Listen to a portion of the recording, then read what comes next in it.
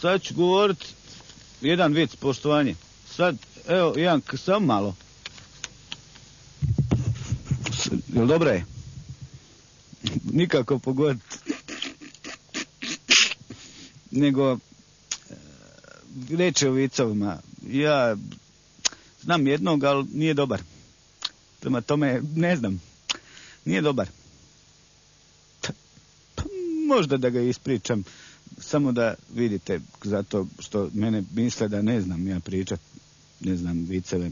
Ali vi morate sudjelovati, to je takav vic. Evo idem, recimo ja ću reći koliko je sad.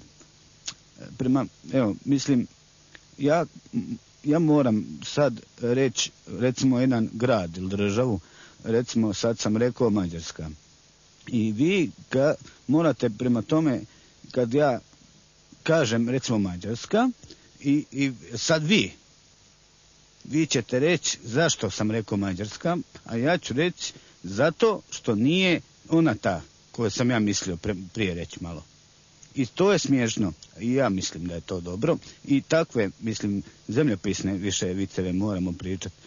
Zato što, recimo, evo ja kažem, recimo Bugarska ili neke druge zemlje, a vi sad kažete zašto i mislim zašto sam ja to rekao i onda je smiješno kad ja kažem neću reći.